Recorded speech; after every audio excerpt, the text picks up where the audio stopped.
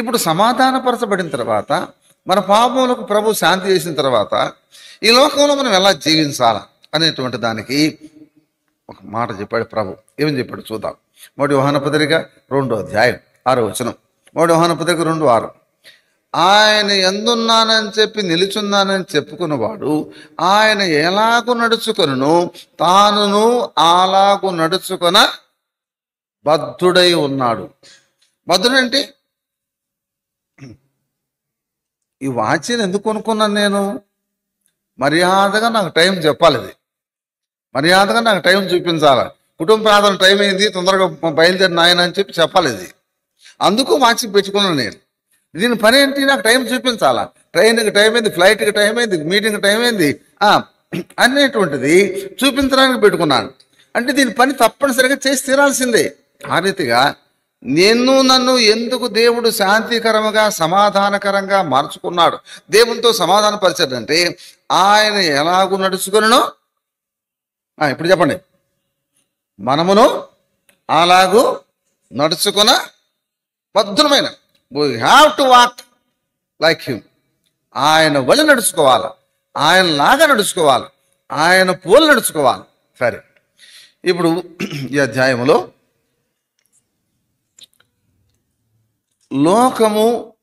లోకములో ఉన్న వాటిని ఈ మీటింగ్ ఈ కాన్వకేషన్ యొక్క థీమ్ ఏంటి? పూర్తిగా చెప్పండి చూడకుండా. నా శాంతిని మీకు అనుగ్రహించి వెళుతున్నాను, నా శాంతిని మీకు అనుగ్రహిస్తున్నాను. తర్వాత లోకమిచ్చినట్లుగా కాదు, నా శాంతిని మీకు అనుగ్రహించి వెళుతున్నాను. అంటే లోకములో కూడా శాంతి ఉంది, లోకం కూడా శాంతి ఇస్తుంది అనేటువంటిది ప్రభు చెబుతున్నాడు ఇక్కడ. అయితే రాత్రి మనం జయరాజు గారి మీటింగ్లో చూసాం. లోకం ఇచ్చే శాంతి వేరు, యేసుప్రభు ఇచ్చే శాంతి వేరు. లోకం ఇచ్చే శాంతి సిలువకు వెలుపలుండే శాంతి, యేసుప్రభు ఇచ్చే శాంతి సిలువ లోపల ఉండే శాంతి, సిలువ ద్వారా వచ్చిన శాంతి. లోకం ఇచ్చే శాంతి సిలువకు వెలుపలుండే శాంతి.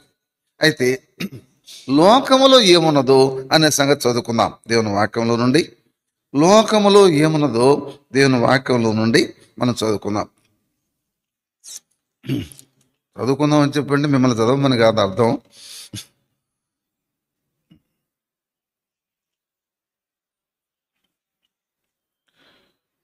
ఆదికాండం లోకం ఎలా ఉంది రాసుకునే వాళ్ళందరూ రాయండి జాగ్రత్తగా నెమ్మదిగా. ఆదికాండం 6వ అధ్యాయం 11వ వచనం. ఆదికాండం 6:11. భూలోకము దేవుని సన్నిధిని చెడిపోయి ఉండెను. రాసేవాళ్ళు రాయండి, బైబిల్లో ఉందా లేదని చూడద్దు. అర్థమైందా?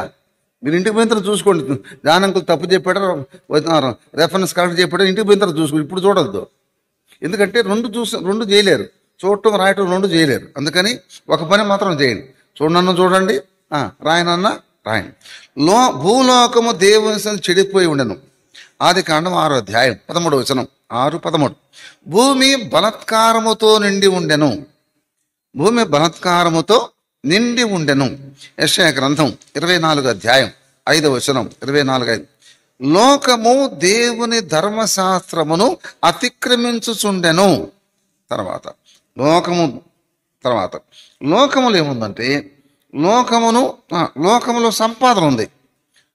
మత్తయి సువార్త 16వ అధ్యాయం 26వ వచనం. మత్తయి 16:26. ఒకడు సర్వలోకమును సంపాదించుకోవటం.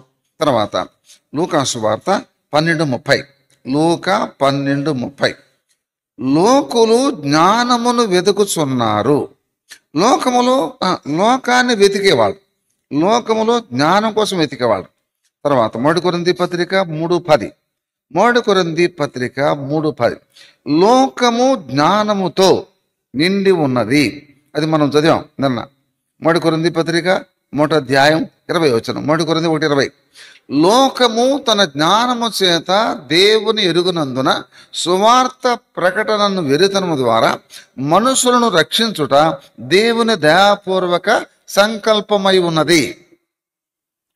లోకము దేవుని జ్ఞానము చేత దేవుని ఎరుగునందున సువార్త ప్రకటనను వెరితనం ద్వారా మనుషులను రక్షించుట దేవుని దయాపూర్వక సంకల్పము. అందుకని సిలువను గుర్చిన వార్త నశించుచున్న వారికి వెరితనం, రక్షింపబడుతున్న మనకు దేవుని శక్తి. సరే, ఇప్పుడు లోకములో జ్ఞానమును. తర్వాత 3 కొరింథీ పత్రిక 1:20, 3 కొరింథీ 1:20. లోకములో తర్కం ఉంది. లోకములో తర్కించడం, వాదించడం, ప్రశ్నించడం. తర్వాత 1 యోహాను పత్రిక 5:19, 1 యోహాను పత్రిక 5:19. లోకము దుష్టుని యందున్నది, లోకము దుష్టుని యందున్నది. తర్వాత 1 కొరింథీ పత్రిక 8:4, 1 కొరింథీ పత్రిక 8:4. లోకము విగ్రహారాధనతో నిండి ఉన్నది, లోకము విగ్రహారాధనతో నిండి ఉన్నది. తర్వాత 1 తెస్సలోనికీయుల పత్రిక 5:3, 1 తెస్సలోనికీయుల పత్రిక 5:3. లోకములో ఉన్న మనుషులు నెమ్మదిగా ఉన్నది అనుకుంటున్నారు. లోకములో ఉండే మనుషులు నెమ్మదిగా ఉంది, పర్లేదు అని చెప్పి అనుకునేటువంటి పరిస్థితిలో ఉంది లోకం. సరే, ఇటువంటి లోకములో లోకం ఎలా కొంత మనం చూసాం. ఇప్పుడు లోకం యొక్క గతి ఏమవుతుంది అనే సంగతి చూద్దాం. హబక్కూకు గ్రంథం 2:20. హబక్కూకు 2:20.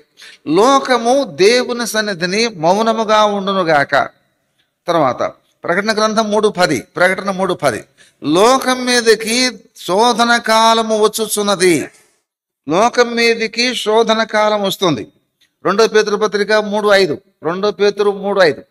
లోకము అగ్ని కొరకు నిలువ చేయబడి ఉన్నది. 3 యోహాను పత్రిక 2:15.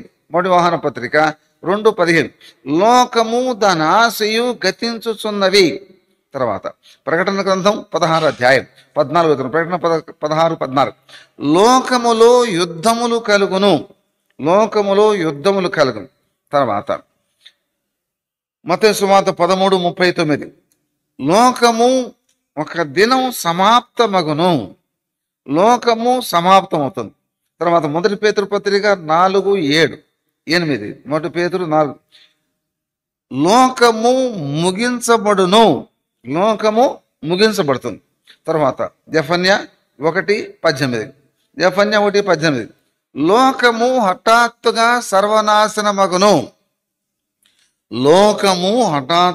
సర్వనాశనమగును,